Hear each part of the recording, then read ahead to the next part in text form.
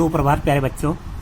कल हम भाषा के जो 3 रूप होते हैं वो देख चुके थे कि उनके नाम हम जान चुके थे। आज उनके बारे में विस्तार से हम चर्चा कर रहे हैं इस वीडियो के माध्यम से।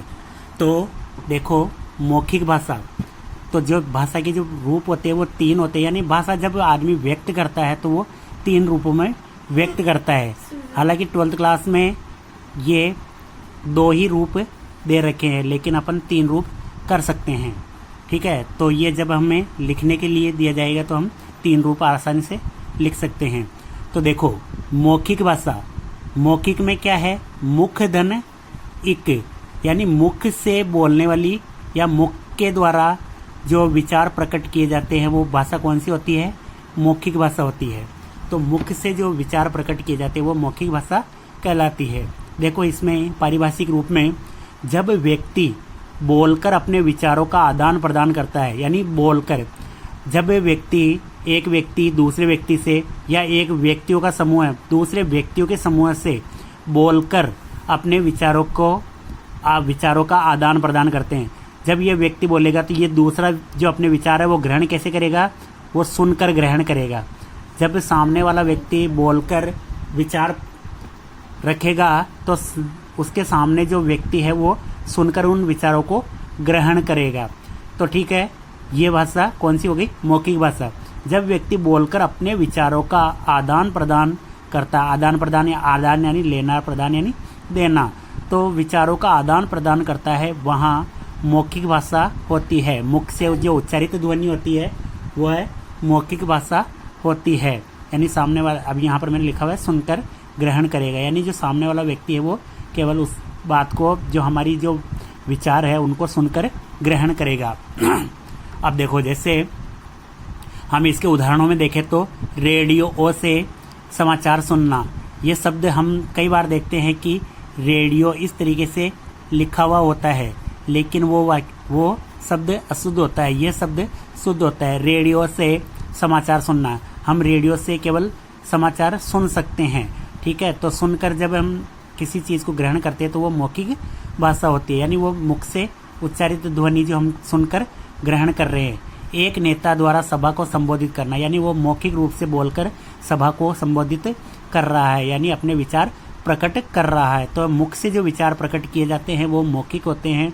ठीक है, तो रेडियो से समाचार सुनना, एक नेता द्वारा सभा को संबोधित किया जाना, ये इनके उदाहरण हैं।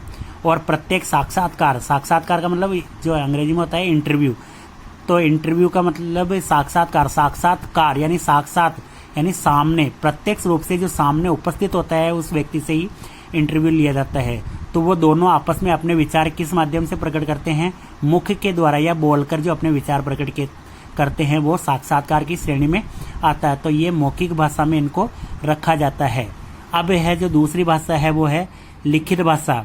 तो लिखित भाषा में लिख धन इत, यानी लिख कर जो विचार प्रकट किए जाते हैं या लिखित रूप में जो हमारे सामने विचार हैं उनको लिखित भाषा में गिना जाता है, उनको लिखित भाषा में लिया जाता है। जब व्यक्ति अपने विचारों का आदान प्रदान, यानी कोई व्यक्ति पत्र लिखकर किसी भी तरीके से कर सकता है, जैसे समाचार पत्रों के माध्यम से कोई व्यक्ति विचार व्यक्त करता है। ठीक है, और कई पाठ्य पुस्तकों के माध्यम से हम अपने विचारों को ग्रहण करते हैं। तो जब लिखित भाषा होगी तो हम उन विचारों को ग्रहण कैसे करेंगे?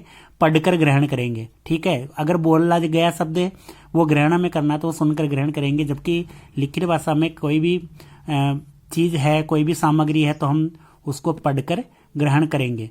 जब व्यक्ति अपने विचारों का आदान प्रदान लिखकर करता है और सामने वाला उसे पढ़कर ग्रहण करता है, वहाँ लिखित भाषा होती है। वहाँ कौन सी भाषा होती है?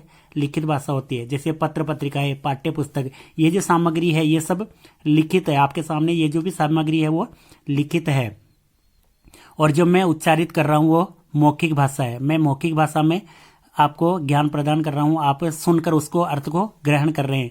अगर ये भाषा है मैं सामने रखी हुई लिखित भाषा है, इसको आप पढ़कर ग्रहण करोगे। तो जो लिखी हुई बात होती है वो लिखित भाषा में आती है। अब जो अपना जो तीसरा प्रकार है वो सांकेतिक भाषा है। सांकेतिक भाषा है संकेत धन इत, संकेत धन इक, यानी संकेत के माध्यम से जो विचार प्रदान किए जाते हैं, विचार प्रकट किए जाते हैं, वो कौन से हो गए? सांकेतिक भाषा में लिए जाते हैं। जब व्यक्ति अपने विचारों का आदान प्रदान न तो बोलकर करता है, यानी बोलकर करेगा तो वो मौखिक हो जाएगी, न लिखकर करता है, लिखकर करेगा तो वो लिखित हो जाएगी। तो इन दोनों के अनुसार वो विचार आदान प्रदान नहीं करता। किसके अनुसार करता है?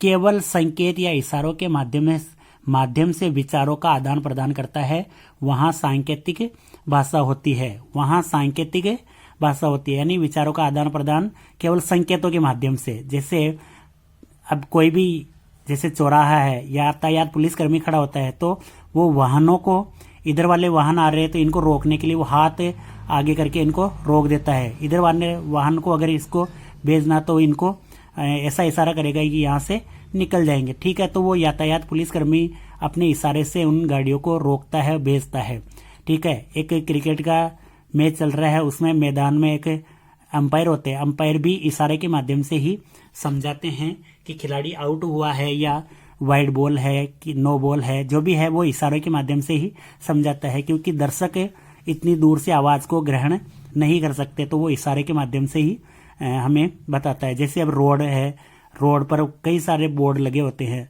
अब जैसे इधर है तो ये दाएं मुड़ने का जो चिन्ह है ये सांकेतिक भाषा है, यानी संकेतों में इसको समझाया हुआ है, ठीक है। तो ये भाषा कौन सी हो गई? सांकेतिक भाषा हो गई, क्योंकि ये तो न तो बोल रहा है, ये न लिखित रूप में है, यानी बना हुआ है, लेकिन हम इसको ग्रहण कैसे कर रहे हैं? भाई हमें इधर जाना है, ये चीज यहाँ पर लिखी हुई नहीं है कि इधर जाना है, ये केवल संकेत के माध्यम से ही हम समझ पा रहे हैं, तो यहाँ पर सांकेतिक भाषा हो गई, ठीक है। तो इधर इसके उदाहरण, अंपायर द्वारा खिलाड़ी को आउट दिए जाने पर उंगली उठाकर बताना, यानी आउट होने पर वो उंगली उठाकर बता देता है कि खिलाड़ी आउट हुआ है, ठीक है। उसके बाद में जो भी प्रतिक्रिया होती है वो दर्शकों की प्रतिक्रिया उसके बाद में होती है।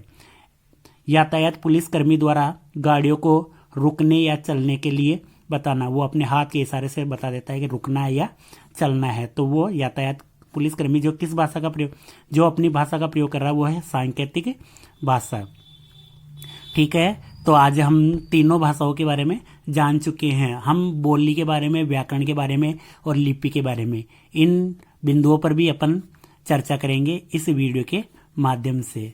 धन्यवाद। और अंत में अपन एक पुस्तक ले लेंगे, पुस्तक के माध्यम से भी पढ़कर हम इन्हीं सभी टॉपिकों को क्लियर कर लेंगे, ठीक है। धन्यवाद।